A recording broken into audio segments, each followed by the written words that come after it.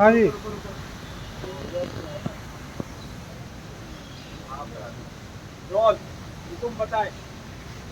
बिल्कुल, आज इंदिरा गांधी नहर पे वन और अभ्यारण्यों पे मांगों पे चर्चा हुई है।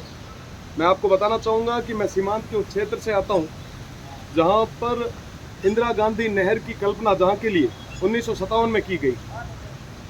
1957 में जब इंदिरा गांधी नहर सिंचाई परियोजना की कल्पना की गई थी, तब ये सोचा गया था कि देश के आखिरी हिस्से तक हम पानी पहुंचाएंगे। 1980 में जैसलमेर के मोहनगढ़ में पानी आया और 1980 से लेके आज तक 44 साल तक मेरा क्षेत्र नहर के इंतजार में आस लगाए बैठा है। प्रदेश की सरकार से मैं आप सभी के माध्यम से निवेदन करूंगा कि इंदिरा गांधी नहर परियोजना का जो एक्सटेंशन रुका हुआ है, आप जल्दी से जल्दी करवाएं ताकि सीमांत के उन लोगों को पानी मिल सके। आपको बताना चाहूँगा कि जैसलमेर के गुंजनगढ़ गांव के बाद में इसका एक्सटेंशन नहीं हुआ और सीमांत के उन लोगों की जो आजीविका है वो पशुपालन पे है। अगर वहाँ तक पानी पहुँचेगा तो वहाँ पे खेत खलियान भी होंगे, किसानों की आय भी बढ़ेगी। और वो जो नहर है उसका एक्सटेंशन रुकने का जो मुख्य कारण है, वो मुख्य कारण DNP है, डेजर्ट नेशनल पार्क।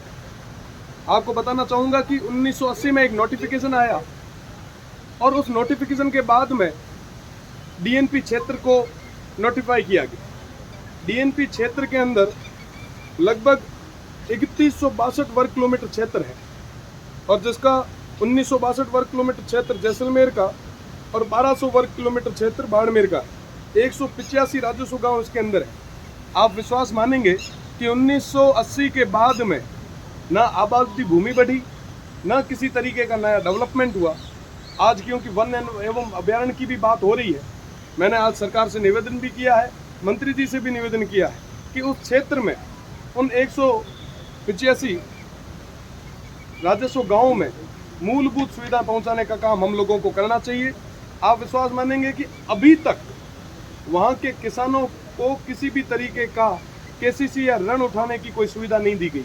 वो ऋण नहीं उठा सकते, वो कोई लोन नहीं ले सकते, वो बेच नहीं सकते, वो किसी भी जमीन को हस्तांतरित नहीं कर सकते। कई सारी ऐसी समस्याएं आगे आ रही हैं। तो इन सब तमाम चीज़ों को मैंने आज माननीय मंत्री जी के सामने और प्रदेश की सरकार के सामने रखा है। साथ ही साथ मोबाइल टावर, आप देखेंगे कि साहब एक दिन के लिए अगर मोबाइल टावर या कोई रेंज या कोई जब परीक्षा होती है तो एक दिन के लिए जब मोबाइल टावर को ब्लॉक किया जाता है, इंटरनेट को बंद किया जाता है, तो हमारे युवा भाई खाना पीना छोड़ देते हैं। उस स्थिति में आप सोचिए, आप विचार कीजिए, आप कल्पना कीजिए कि साहब उन लोगों के क्या हाल होंगे जिनके पास अभी तक मोबाइल नेटवर्क नहीं पहुंचा। लाइट की हम बात करें तो अभी सब हाहाकार मचा रहे हैं कि साहब हर जगह कटौती हो रही है। मैं मानता हूं साहब की कटौती हो रही है, पर आप देखें कि साहब उनके क्या हाल होंगे जो 75 साल से बिजली का इंतजार कर रहे हैं। हम पानी की बात करते हैं कि साहब एक दिन अगर शहर में पानी की सप्लाई ना हो तो लोग सड़कों पे आ जाते हैं। आप विचार करो, जहां तक आज़ादी के बाद तक जहां पर अभी तक पानी नहीं पहुंचा है उनके क्या हाल होंगे। वाकई स्थिति बहुत ही ज़्यादा भयानक है। मैं कहना चाहूँगा मंत्री जी से भी, मैंने मंत्री जी से भी निवेदन भी किया कि एक बार आप आएँ और उस क्षेत्र को देखें। आप देखेंगे कि भारतमाला जैसा प्रोजेक्ट वहाँ पे जाके रुक गया। नर्मदा और इंदिरा गांधी नहर परियोजना का जो मिलाने का एक जो सपना था, वो मुझे लगता है कि सपना ही रह जाएगा। अगर हमने मजबूत इच्छा शक्ति के साथ काम नहीं किया तो परिवर्तन नहीं आ पाएगा। सब बड़ी भयानक स्थिति है उस क्षेत्र की। अगर कोई प्रसव समय में कोई हॉस्पिटल तक जाना भी चाहे तो दूर दराज तक कोई हॉस्पिटल नहीं है और रोडें भी नहीं है। कई बार जच्चा और बच्चा दोनों की मृत्यु हो जाती है। वाकई स्थितियाँ बहुत खराब है। मैं आपको निवेदन करना चाहूँगा, आपके चैनल के माध्यम से मैं उन गाँवों का नाम लेना चाहूँगा जिन गाँवों का नाम इस राजधानी में आज तक किसी ने नहीं लिया। गडरा रोड आपको बता दूं कि सीमांत की आखिरी पंचायत समिति है और गडरा रोड से 1 किलोमीटर बाद इंटरनेशनल बॉर्डर शुरू हो जाता है।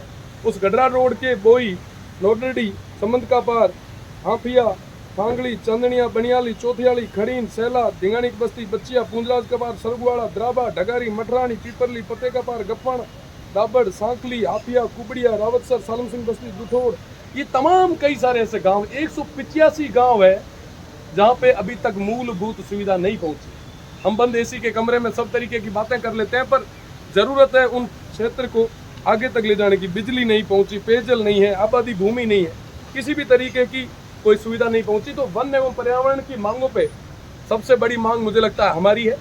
और इंदिरा गांधी नहर सिंचाई परियोजना की बात हो रही थी, तो इंदिरा गांधी सिंचाई परियोजना एक्सटेंशन होना चाहिए और सीमांत के आखिरी गांव तक पानी पहुंचना चाहिए। आपके माध्यम से पुनः मैं मंत्री जी से निवेदन भी करूंगा कि एक बार, आप बहुत संवेदनशील है, एक बार आप उस क्षेत्र का जायजा लें और निश्चित रूप से हम सब मिलकर सामूहिक प्रयास के साथ में एक बदलाव लाएंगे। बहुत बहुत थैंक यू। ज़्यादा लंबा तो कौन खींच ली? नहीं खूब बढ़िया, बढ़िया, ज़्यादा